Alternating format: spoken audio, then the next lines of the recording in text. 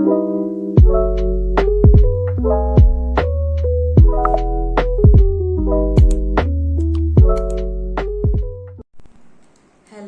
everyone mayam puna mapu kamai tarige nungainari na mayam nasidi egi blog se kenoni kari hai akoi angang singi haidi akoi jumda nasidi chakoi ba angang sing je asing nasigi blog sidi akoi jumbi angang sing se uchera kani ba ina ko adani nasi blog sing sidi akoi angang singa loinana tawrani haidi angang sing ai se sumaina ni akoi gi ije singi masa ngatani ba do akoi ije to ni macha akoi jam singi macha ado do ni ba ko adani animna Assam University da tami adagi animna amana jumda lei ni akoi nipa hando adagi di nipa amana kana tawre kari ai Arunachal lei ba ko masu sahi dore hingde sinda mo hi mapana like tam da bangatani na adagi na si se akoi da siga chaksara si siga la oina moi pura mokse lagdoi ni ba adani adodona mayam da dum jeng halake na si blog sing sidi kari kari kena tawi hai do angang sing sing ga loina na adani mayam sidi moida akoi jumgi angang sing se masak ta age e na sidi angang sing se no mayam da dum jeng halake ba ko moi sing se ko do nga hale dum jeng halake moi huji thungrani ba nga tang le ra ka di moi sing si kano de lagtuni animna Assam University lagtuni nupi ani khangna moi se nupi ani nupa ani poye baka nupi ani khangna Assam University gi lagtuni aduga akoi gi akoi nupi handogi mai mama da bi amsu lakani baka adu su jawrakani adagi gi di akoi gi jumne na akoi nupa ani da lakani baka adadani moi sing se laga dum jeng halake adani akoi gi nupa to ma se di nupa to ma nupi to ma ka se akoi nau ba ka nau bi ka se moi ani se di keno to ba songpi jam pa me ba dani lakpa ka dum hai ta cha songpi hana hobi wai dana khanga ba adai moi sa na pe gi moi se ta to bi rani adigi di ate di ke sa na ba thak na sing do hona rani dani me am da tum jeng ala ke na si di Hi guys mayam ase di thungare mache thungari ma hana thungare moi mase gi mama na bi jogo loina ne ko ado do oji ma thungani huji tilo chana ko andoi ni huji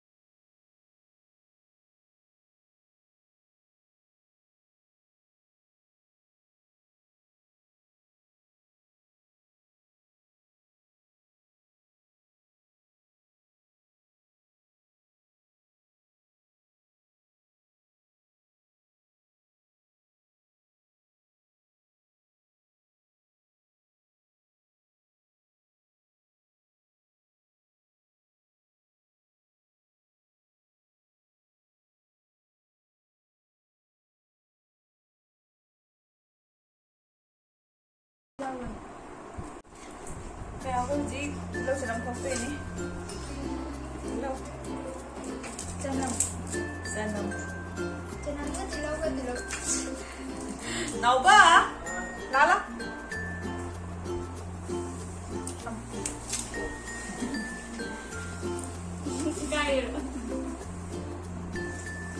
Cái này là gì đây? Cái gì chúng tôi cái tuổi.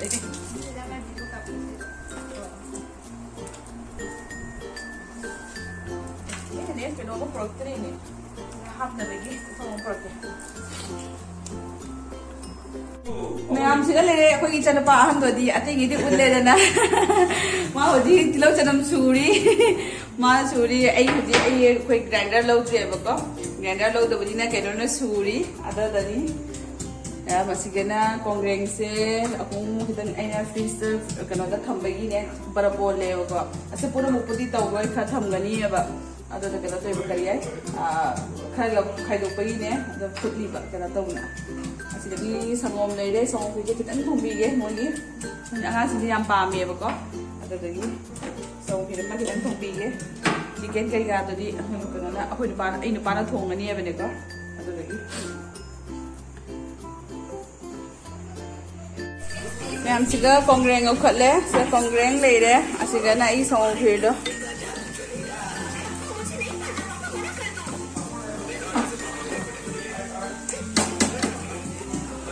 संगम की सिगा कांग्रेंग तौरे हाना यदि सिगा chicken लेरे chicken से सिगा लेरे खातन mobile लू कनो थारी से याना खोई चन पादो लेरे अमा जुथोरले दे अमा सिगा किलो सरम सुहल्ली असम जु सुहल्ली केम तुका चदे कई तुका चदे ना मैम केक सु लेदे ये केक सु जानी है ना अगांग सिंग से मोंग की तौनरी से केक सु जानी है केक सु लेदे ai nó có nấu cái hình đó là bài bài nấu bài là ý cái này mà đây đây ý cái gì अखोई नाव बस चखी दोरे है ना अखोई नाव भी ना बाय बाय है ना इगे तौरी है अमा तौरी छुंग ने मसे लबेली छुंग ने हरावी ने मयाम मचे सिंग लाक पे से कांग्रेंग ओबदो सिगा लेरे मयाम मोय चानरी कना लौथोगा खाइदो सु चानरी कना कांग्रेंग ओ लोना सिगा लेरे जना चिकन दो ले थोंगी चाक थागन ले मोय सिगना लाइक तौ तौ ना कांग्रेंग सु चारी लाइक सु तौरी दुम चानिंग ना कई नि मोय से खंगाबा बर्थडे मसु लेते करीम कनो तो बैसे लेते दु कखरे दु lau về हां चानिंग बेगी चारो चारो चारो चारो आम दो ओ ब्राउन ब्राउन की दाने ब्राउन जाऊ जाऊ दे mà chan về cái đấy हां ओ यम्मी होय bro yummy okay chị có suy không rồi कसुरी ला हां मैं इस केक सारे केक से दी एगी फेवरेट इन ada là cho bài ra đi Đó, à chồng cũng phải chơi đi. Anh chơi rồi. sao Sana đi, aku jadi apa?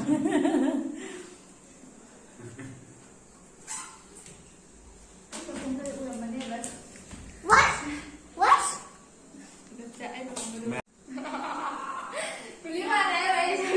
Itu man deh tadi. Hai. cái đó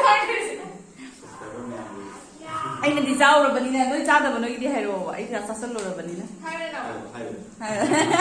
Ikai na tu nahi ni hai ba. मैं am किसी लगे मुझे हाय बा अदो दो आई दी चावल बनी ना हाय तो आई तरी है बा अदो लगी मार दी Đi ra, đi ra, đi ra. मार दी फिर ना oh mai thì pin happy vậy मार दी फिर ना मार मार दी फिर thì pin happy vậy rồi mai sẽ Đi ra. जा जा जा ओके ओके ओके ओके जा जा जा Raบ่.ให้स्कूल कीก็ pura pura pura Ay, do ka ni. Tap na tao. थम्बरा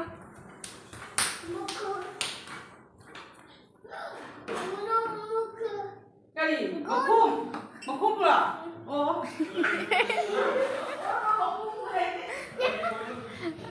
cái chơi này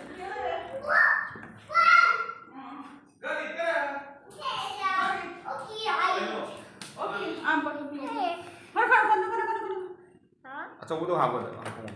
ꯑꯆꯧꯕꯗꯅ ꯍꯌꯦꯡ ꯃꯥꯏ ꯆꯥꯅꯕꯤ ꯀꯩꯅꯣ ꯍꯥꯞꯄꯤ ꯏꯃꯥꯏ ꯁ꯭ꯀꯨꯜ ꯆꯠꯂꯦ ꯍꯌꯦꯡ ꯁ꯭ꯀꯨꯜ ꯆꯥꯅꯕꯤ ꯊꯤꯡꯒꯠꯂꯣ ꯒꯣꯇꯤꯠꯇꯅꯤ ꯅꯪ ꯍꯩ ꯑꯩꯈꯣꯏ ꯍꯧꯖꯤꯛ ꯆꯥꯛ ꯆꯥꯗꯣꯔꯦ ꯁꯤꯒ ꯂꯩꯔꯦ ꯃꯊꯦꯜꯁꯤꯡꯁꯦ ꯁꯤꯒ ꯉꯥ ꯊꯣꯡꯕ ꯈꯤꯇꯪ ꯂꯩꯔꯦ ꯖꯦꯟ ꯆꯥꯗꯕ ꯃꯤꯒꯤ ꯀꯣꯡꯒ꯭ꯔꯦꯡ ꯆꯤꯀꯦꯟ ꯑꯣꯝꯂꯦꯠꯀ ꯆꯤꯀꯦꯟ ꯆꯥꯗꯕ ꯃꯤꯒꯤ ꯌꯦꯔꯨꯝꯁꯦ ꯈꯔ ꯀꯥꯏꯊꯣꯛꯈ꯭ꯔꯦ ꯍꯧꯕꯗ ꯈꯥꯃꯩꯗꯣ ꯃꯑꯣꯡ ꯆꯥꯗꯗꯅ ꯀꯅꯥꯅ ꯍꯧꯔꯤꯅꯣꯗꯤ ꯈꯪꯗꯦ ꯍꯧꯖꯤꯛ ꯆꯥꯗꯣꯔꯦ ꯍꯧꯖꯤꯛ ꯆꯥ ꯂꯣꯏꯔꯒ ꯑꯗꯨꯝ ꯌꯦꯡꯍꯜꯂꯛꯑꯒꯦꯕꯀꯣ ꯃꯌꯥꯝ ꯄꯨꯝꯅꯃꯛꯇ ꯖꯦꯟꯕꯤꯔꯤ ꯑꯩ ꯖꯦꯜꯂꯤ ꯃꯆꯦ ꯆꯧꯕꯤꯅ ꯖꯦꯟꯕꯤꯔꯤ ꯃꯌꯥꯝ ꯑꯩꯈꯣꯏ ꯍꯧꯖꯤꯛ ꯆꯥꯕ ꯊꯛꯄ ꯂꯣꯏꯅ ꯍꯧꯖꯤꯛ ꯉꯥꯏꯍꯥꯛ ꯐꯝꯃꯤꯑꯕꯀꯣ ꯑꯗꯣ ꯃꯌꯥꯝ ꯑꯩꯒꯤ ꯚꯤꯗꯤꯑꯣꯁꯦ ꯃꯇꯥꯡ ꯑꯁꯤꯗ ꯁꯨꯝ ꯂꯣꯏꯁꯤꯜꯂꯒꯦ ꯃꯌꯥꯝꯅ ꯅꯨꯡꯁꯤꯕꯤꯗꯨꯅ ꯑꯩꯒꯤ ꯆꯦꯅꯦꯜꯁꯤꯕꯨ ꯂꯥꯏꯛ ꯁꯕꯁꯀ꯭ꯔꯥꯏꯕ ꯁꯤꯌꯔ ꯇꯧꯕꯤꯌꯨ ꯀꯃꯦꯟꯁꯤꯁꯨ ꯁꯨꯝ ꯍꯥꯏꯕꯤꯔꯝꯃꯨ ꯅꯨꯡꯉꯥꯏꯇꯦ ꯍꯥꯏꯗꯣ ꯀꯔꯤ ꯁꯣꯏꯈꯤꯕ ꯂꯥꯟꯈꯤꯕ ꯌꯥꯎꯔꯁꯨ ꯑꯗꯨꯝ ꯍꯥꯏꯕꯤꯔꯝꯃꯣꯏꯕꯀꯣ ꯑꯗꯣ ꯑꯩ ꯑꯗꯨꯝ ꯆꯨꯝꯊꯣꯛꯅꯕ ꯍꯣꯠꯅꯖꯒꯦ ꯑꯗꯣ ꯃꯌꯥꯝꯅ ꯀꯩ ꯇꯧꯍꯟꯅꯤꯡꯕ ꯀꯩꯅꯣꯁꯤꯡꯗꯣ ꯑꯗꯨꯝ ꯑꯩꯉꯣꯟꯗ ꯍꯥꯏꯕꯤꯔꯛꯑꯣꯕꯀꯣ ꯑꯩ ꯇꯧꯖꯕ ꯉꯝꯖꯕ ꯑꯣꯏꯖꯒꯦ ꯑꯗꯨꯅꯤ ꯃꯌꯥꯝ ꯍꯧꯖꯤꯛ ꯊꯦꯡꯁꯨ ꯊꯦꯡꯖꯤꯜꯂꯛꯑꯦ ꯑꯗꯩ ꯑꯉꯥꯡꯁꯤꯡꯁꯨ ꯇꯨꯝꯅꯒꯦ ꯈꯔ ꯑꯃꯅ ꯇꯨꯝꯅꯔꯦ ꯈꯔ ꯑꯃꯅ ꯂꯥꯏꯔꯤꯛ ꯇꯧꯅꯔꯤ ꯑꯗꯨꯅꯤ ꯑꯗꯣ ꯃꯌꯥꯝ ꯚꯤꯗꯤꯑꯣꯁꯦ ꯃꯇꯥꯡꯁꯨ ꯁꯨꯝ ꯂꯣꯏꯁꯤꯜꯂꯒꯦ ꯈꯔ ꯇꯨꯝꯅꯕ ꯂꯥꯏꯔꯤꯛ ꯇꯧꯅꯕ ꯌꯥꯎꯅꯔꯤ ꯈꯔ ꯑꯃꯅ ꯂꯦꯞꯇꯣꯞ ꯌꯦꯡꯅꯔꯤ ꯑꯗꯨꯅꯤ ꯃꯌꯥꯝ ꯑꯁꯤ ꯍꯥꯏꯔꯒꯦ ꯑꯩ ꯊꯝꯖꯔꯒꯦ ꯕꯥꯏ ꯃꯆꯥꯁꯦ ꯕꯥꯏ ꯃꯆꯥ ꯕꯥꯏ ꯇꯧꯔ ꯂꯥꯛꯑꯣ ꯑꯝꯇ ꯕꯥꯏ ꯇꯧꯔꯁꯦ Bye. Bye. ꯑꯥ Bye. Chicken. Chicken. No.